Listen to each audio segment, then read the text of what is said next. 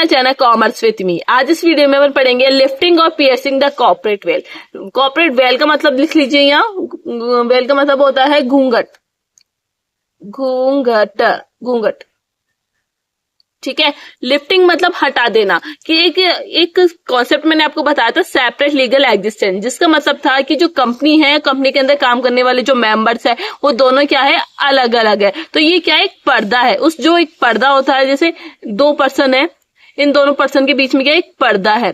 ठीक है, एक पर्दा, ये पर्दा किसका है, वो है सेपरेट लीगल एग्जिस्टेंस का पर्दा है। सेपरेट लीगल एग्जिस्टेंस का पर्दा है, सेपरेट लीगल एग्जिस्टेंस का क्या है, एक पर्दा है। ठीक है।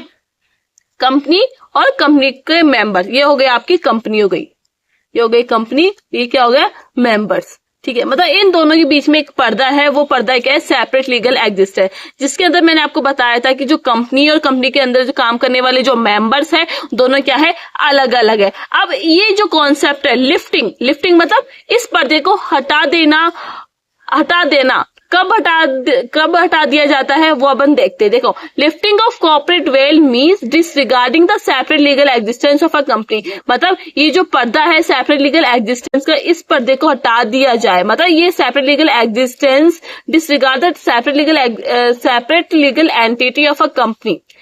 हटा देना सेपरेट लीगल एंटिटी वाला concept and identify the reality, और फाइंड करना reality which exist behind the legal fact and concern it's directly with the members और डायरेक्टर्स। इस पर्दे को हटा दिया जाता है और फिर बाद में कोर्ट डिसाइड करता है कि इन दोनों में से कौन फ्रॉड कर रहा है और कौन फ्रॉड नहीं कर रहा है। क्योंकि ये कभी कभी क्या होता है, सेपरेट लीगल एग्जिस्टेंस का ये कॉन्सेप्ट क्या होता है, गलत तरीके से उपयोग में लिया जाता है।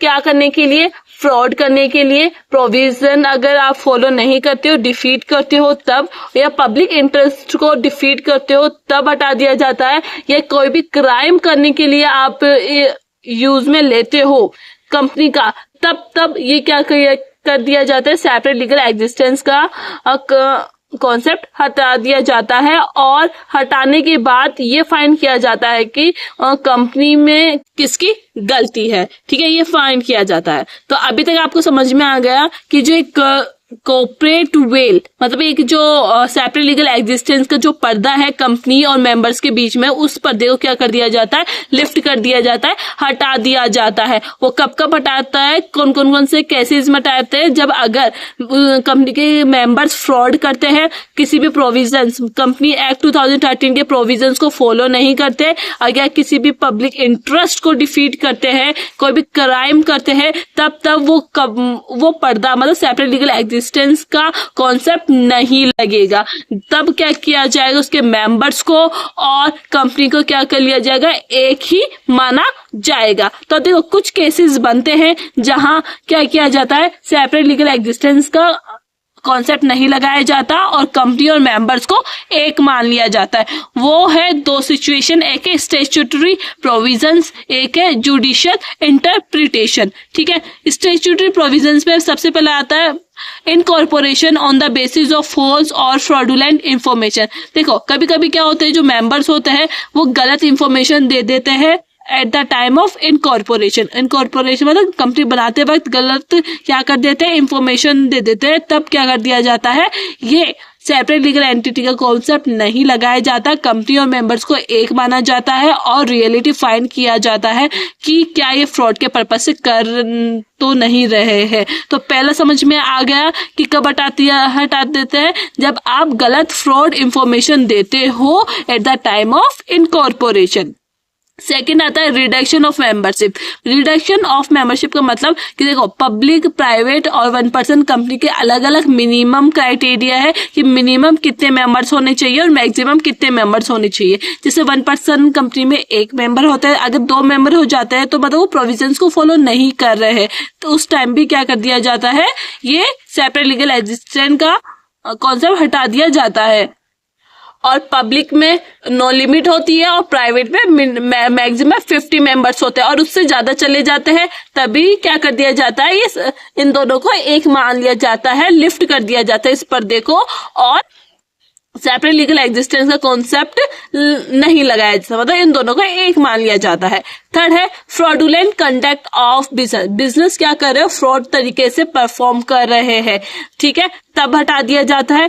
Non payment of income tax, income tax का मतलब अगर आप सही से इनकम टैक्स का पेमेंट नहीं कर रहे हो, ठीक है, अगर बहुत साल हो चुके हैं आप पेमेंट नहीं कर रहे हो, क्योंकि इनकम टैक्स क्या है, गवर्नमेंट का एक रेवेन्यू है, वहां से वो क्या करती है, इनकम जनरेट करती है। अगर आप उसका पेमेंट नहीं करते हो तभी भी क्या किया जाता है, कंपनी को अलग नहीं माना जाएगा, कंपनी को एक माना जाएगा, कंपनी और उसके मेंबर्स को एक माना जाएगा। फिफ्थ है investigation of the affairs of the company, company से रिलेटेड अगर कोई इन्वेस्टिगेशन करनी होती है, क्योंकि कोर्ट को या किसी को लगता है कि कंपनी क्या कर रही है, फ्रॉड कर रही है, उस वक्त क्या किया जाता है, कंपनी और उसके मेंबर्स को एक माना जाता है और डायरेक्टली मेंबर से पूछा जाता है जब at the time of investigation. Sixth है failure to repay deposit within limit time, देखो एक टाइम दिया जाता है जो भी डिपॉजिट्स करवाने होते हैं, अगर उस टाइम के अंदर अगर आप पेमेंट नहीं करते हो, उस वक्त भी क्या किया जाता है, सेपरेट लीगल एग्जिस्टेंस का कॉन्सेप्ट नहीं लगाया जाता, उसके मेंबर्स और कंपनी को एक मान लिया जाता है। तो आई होप आपको समझ में आ गया होगा स्टैट्यूटरी प्रोविजन। स्टैट्यूटरी प्रोविजंस में वो है कि अगर आप प्रोविजंस को फॉलो नहीं करते हो, जो भी कंपनी एक्ट 2013 की जो भी प्रोविजंस है उसे फॉलो नहीं करते, जैसे आप अगर गलत इंफॉर्मेशन दे रहे हो किसी भी फ्रॉड करने के लिए, अगर मेंबरशिप ज्यादा हो जाती है या कम हो जाती है तब, या बिजनेस आप गलत तरीके से चला रहे हो, किसी भी टैक्स का पेमेंट नहीं कर रहे हो इन्वेस्टिगेशन के वक्त, और कोई भी डिपॉजिट आप डिपॉजिट पे करने में फेल हो रहे हो, उस वक्त क्या किया जाता है, कंपनी और कंपनी के मेंबर्स को एक मान लिया जाता है।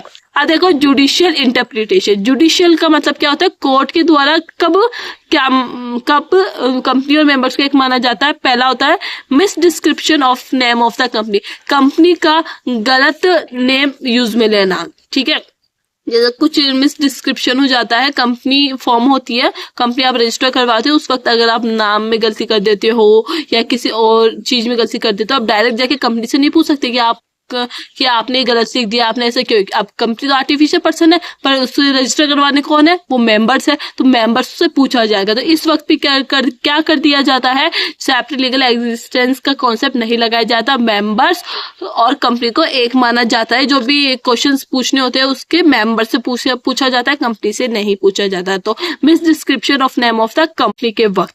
सेकेंड है for protecting government revenue, government revenue आपको मैंने अभी बताया था कि गवर्नमेंट का सबसे बड़ा सोर्स क्या होता है, टैक्स होता है। अगर आप कंपनी क्या करती है, रेवेन्यू नहीं देती, टैक्स नहीं देती है, ठीक है, तो उस वक्त भी क्या किया जाता है, मेंबर से पूछा जाता है, न कि कंपनी से।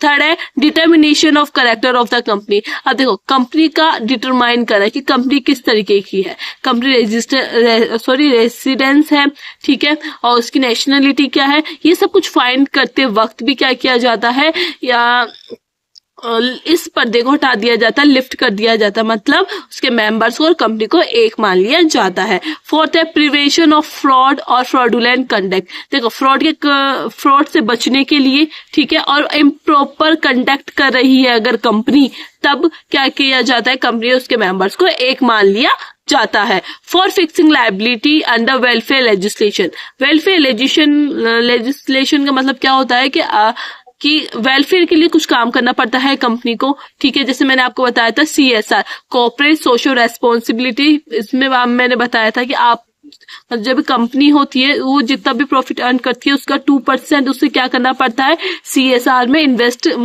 लगाना पड़ता है, ठीक है। तो ऐसे वेलफेयर लेजिस्लेशन में अगर उसकी लायबिलिटी वो फुलफिल नहीं करता है, उस वक्त क्या किया जाता है, उसके मेंबर्स को और कंपनी को एक मान लिया जाता है। तो ये जो पॉइंट्स है वो क्या बता रहा है कि किस किस वक्त कंपनी और मेंबर्स को एक माना जाएगा, कब माना जाएगा, अगर आप गलत इंफॉर्मेशन देते हो, अगर मेंबरशिप की लिमिट जो मिनिमम मैक्सिमम है वो फॉलो नहीं करते, तब अगर आप अच्छी तरह से बिजनेस नहीं चला रहे हो, फ्रॉड कर रहे हो, उस वक्त इनकम टैक्स का पेमेंट नहीं कर रहे हो, इस तरीके से ये सारे पॉइंट्स हैं। किस किस वक्त कंपनी और उसके मेंबर्स को एक माना जाता है, उसका ये दो है। इस वक्त क्या किया जाता है, एक माना जाता है।